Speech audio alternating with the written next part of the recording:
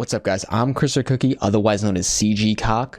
I'm going to be going over every bit of detail you need to know about how to play Duelist at a Radiant level. It would mean the world if you could like, comment, subscribe. Without further ado, let's get into it.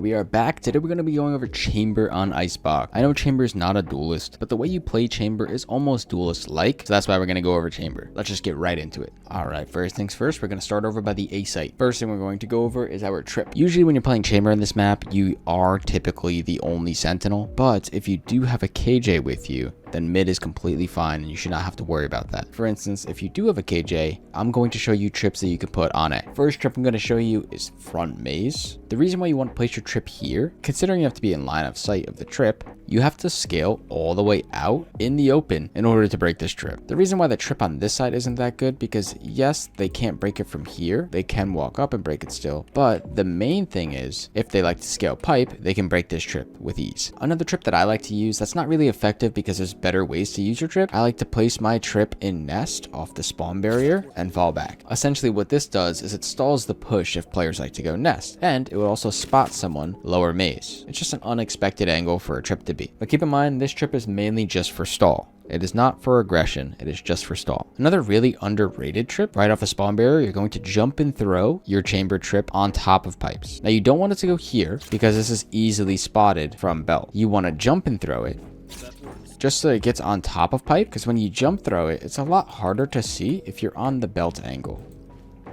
Now keep in mind, they have to scale all the way out belt in order to break this trip and or be on pipe. But what this trip does is it stops somebody from pushing pipes. And if you wanted to play back sight, this trip will activate and hit anybody who's scaling right side sight. And then another simple one you can do, you can just place it on either side of 410 for the actual push. And then the last one I use on A is usually on top of this box. Now the reason I put it on top of this box is because it'll stop anyone going into nest, and or if you're scaling right side sight, you won't really be ready to look at a trip that's sitting on top of headshot. It's just really abnormal for a trip to be there. So you can play off of it from rafter or hell. Now we're going to go over mid. So when we're talking about mid, there's really two things you can do with your trip. Is one, place it under tube, or two, place it in kitchen. You want to place your chamber trip under tube only when they usually have a Viper that would smoke off mid. That way you would throw your trip and then you would play kitchen. And if they don't have a Viper, what you can do is throw your trip in kitchen.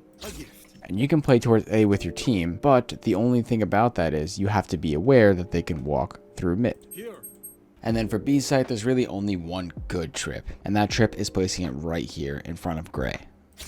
The reason why this trip is very effective is because they have to swing in order to break this trip, unless they use like a shock dart or something. Now for his headhunter, it's very self-explanatory. Basically, it's a deagle that one bullet headshots, and you can ADS with it. A lot of people like to call it the pocket guardian. Now we're going to go over the main thing, which is your teleporters. Then another very simple teleporter you can place is right here in screen. Now this actually allows you to push off the start of the round, and now you're able to take this fast line as chamber on pipe. If you don't want to swing this side, you could either jump on it, or you could even play pipes. Another TP that's kind of decent, I wouldn't use this primarily over the other ones, but you can place your TP right in front of maze. And then you have two paths from here. You can go into jail because it'll block the dart and hold belt, or you can scale right side A main, which is the least expected, and you can hold the deep A main space. Now for mid, there's not many teleport locations you can place. If you want to play boiler, I would place your teleporter as far towards B or A as possible, so that if they go to B or A, you can rotate that way. But most of the time with chamber, you want to be reactive with this teleporter. You really want to place it when you're deciding on what to do in the round. If you want to push B main, my favorite TP to place is placing it right here next to this double stack box. And after you place it there, you can walk all the way up B main, and now you'll have an accessible TP for safety. So you can take a fight B main and TP out. Now one of the new teleporters you can do because of the distance buff, you're actually able to place your teleporter backside, roughly around here. This way you're actually able to play this tight angle on yellow. A lot of players forget to check this, and if you are here, you can teleport out after taking a fight. The reason why I don't place it in nest is because nest is very easily spammable. So if I did place it in nest and they heard me TP, they can just spam me. Now, a very aggressive TP you can place is right here in cubby. Once you place this, you can walk all the way up B main and hold this angle. And now you have all the B information. But what I would do if I was doing this is most likely place my trip on this side. I would not have my trip in mid. I'd be very reactive with my trip. That way, when I place the trip, this covers my B main, and I just have to worry about garage. Now let's talk about attack. When you're attacking, there's only a couple spots that you can place your trip, such as outside B main or outside A main. The reason why you don't want to place it any further to the right than that is because these players can walk out mid, especially a player here can break the trip if it's just standing in the open. Now these players can go all the way down tube and break this, but it is less likely for a player to sit here and look for this trip to break rather than be cautious of the mid space. But what I like to do with my trip is I like to be very reactive. Let's say I'm pushing A, okay? My team's scaled on site and everything. My favorite spot to place my trip is usually back site. The reason why I'd place my trip back site is because the players, yes, can scale out rafters, but the players who drop towards back site and or the players coming out of screen will try to cross to take this back site space because it's a necessity to the retake. And then that trip will either slow the push, or you can play here as someone's holding a rafter and you can play off the trip. The same rules don't apply for this side because the player's screen can just come out and shoot it. And the main reason why I don't place my trip on something like rafter is for the same reason. The player screen can shoot it. The player heaven could also shoot it. And then the same rules apply for the trip screens. The player rafter can swing out and break this trip screen. It is unlikely, but I would still stick with something towards the back site trip, or maybe a front maze trip. Like I said before, I like to be reactive with my trip.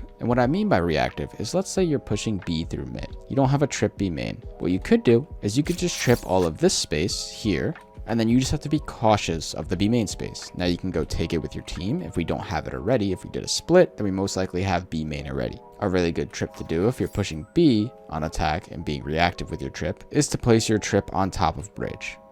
The reason why this is effective is because it hits the player kitchen and it hits players who are scaling back site and coming from snowman. This has been my very short but effective chamber guide on Icebox. If you want to see a more in-depth video for chamber on Icebox, feel free to comment down below. I'll make sure I get right on that. If you want to see a specific duelist for Icebox, make sure to comment that as well. If you also want to see chamber on a different map, I'm more than willing to do that. Other than that, I've been Cookie, otherwise known as CG Cock. You guys have a beautiful night. Peace.